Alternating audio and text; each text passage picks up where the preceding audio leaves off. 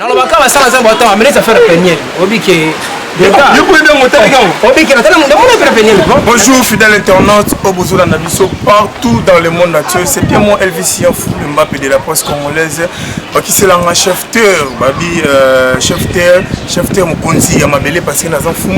on appelle ça mote vraiment na batu nyonso po bazuli baku ya kolanda na moment oyo.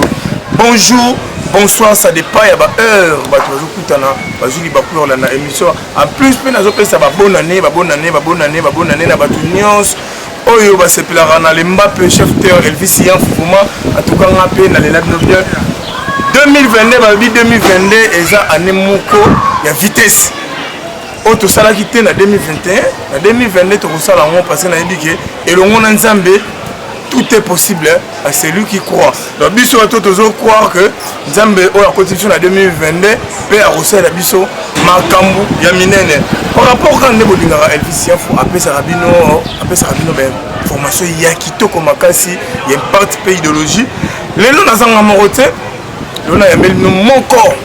ya basala Zambie ya Congo. La qualité prophétique quoi, il y a un prophète. Tout mes canaux na yina parce que tout le monde musala ensemble et baby. N'est-ce pas masananga idani tikela dani la ma caméra on a musala ensemble et baby. Balobi ba prophète, ba pasteur, ba komi kusala ba buzz, ba komi kusala ba bêtise, ba pasteur ba komi ko binisa mutakana ba on apporter de tout le monde. Ba pasteur ba komi ko escroquer batou. Donc tout mes canaux kusula na ye comme on est mon micro, Ata El Roy. Donc, comme moi, tout le côté, on peut se les années. Depuis que on a prophète, bonjour prophète. Bonjour Mbappé. Bonne santé. Qui me parle de bonne année parce que tu continues 2022, tu continues 2021, tu continues 2022. Oui, à vous pareillement, bonne année, la bataille surtout. Et bonne année, Mbappé de la presse, Elvis Yanfou. Chef-terre, chef coutumier, nous diriger ma belle. Toute autorité vient de Dieu. Oui. Prophète, c'est le retour de la pousse à la ma casse intervenir dans l'émission à l'Israël. Parce que les cas dans la lobby nationale et l'émission de la bannière de Balabi. Ça là surtout ba bino ba jeune pasteur ba jeune prophète boyé na ba professeur Buta boyé na mutakalisation pasteur belé ba komi ko publier ba pasteur belé ba komi ko mala ba ça ba tout ba pasteur belé ba komi ko ça là n'importe quoi surtout na ba réseaux sociaux donc on doit na pour ça na yo to me kana ko ça là eza vanille oyé eza envoûtement eza kindoki ndezani bon Mbappé n'a pas mon nom Zambé hein Zambé apesi biso pema abatelinga na yo et yambona pesi na songa na kati ya kesho pishi bisinga et Zamba pambola papa na nga vraiment ya molimo le prophète Esdras les microscope prophétique donc c'est le prophète hein open ata mona Zambé na tout droit donc voilà selon yo selon ngatinga lobi po Zambé prophète pas belé non azali ko babi na mi boyoka okozala na don prophétique mais oza appelé te prophétiquement ça veut dire ce qu'on a na prophétie na libumwa mama donc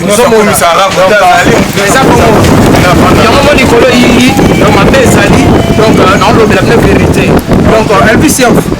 n'a pas moi pensa comme la pasteur Abina Boyenge l'unité des messieurs donc en bref des choses na ba boy Elvis Yanfou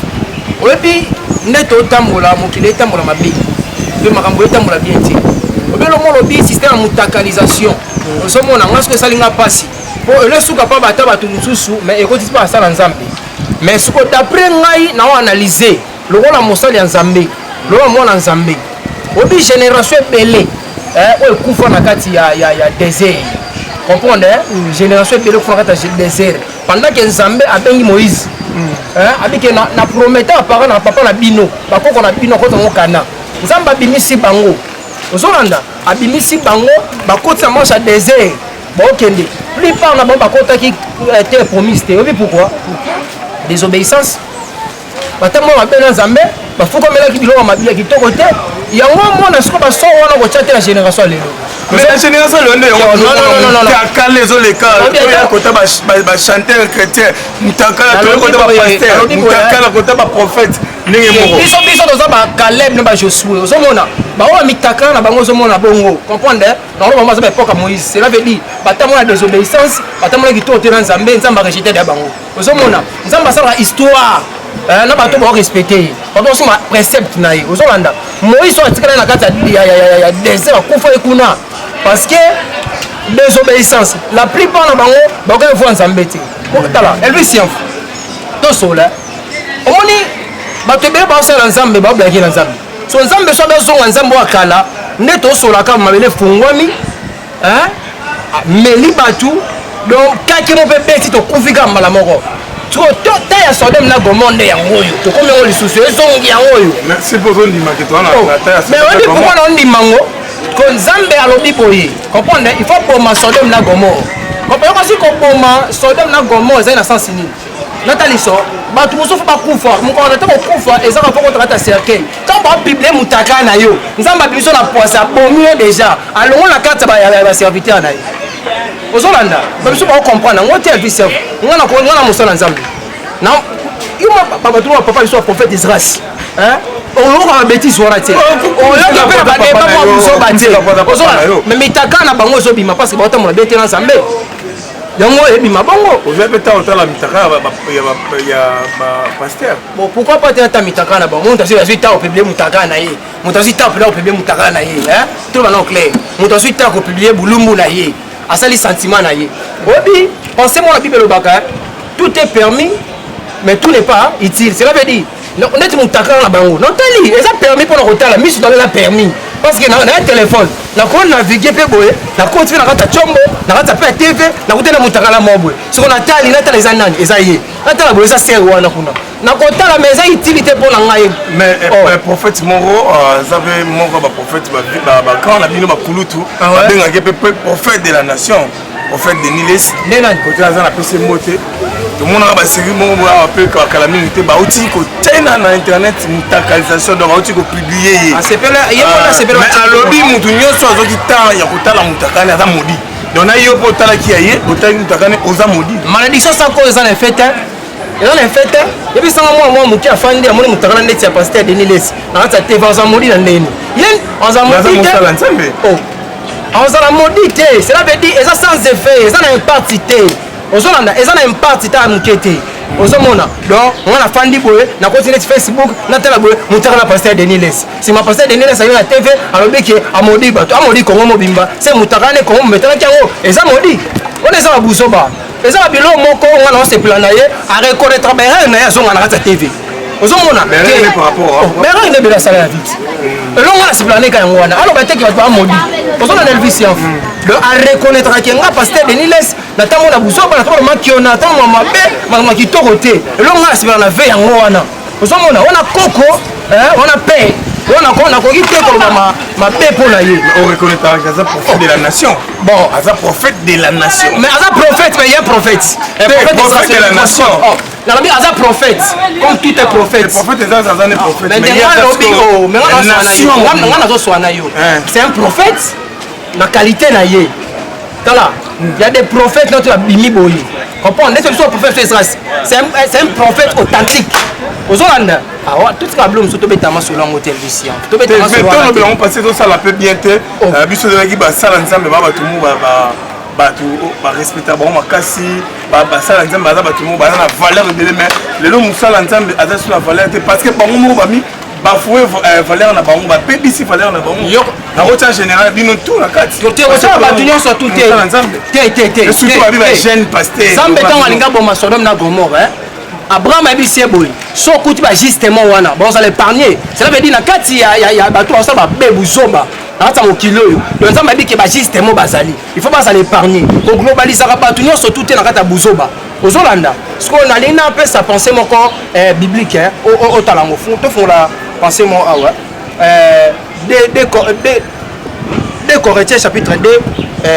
16 vraiment Dani Tikela toyoka na verset biblique parce que comme on va verset biblique ba pasteur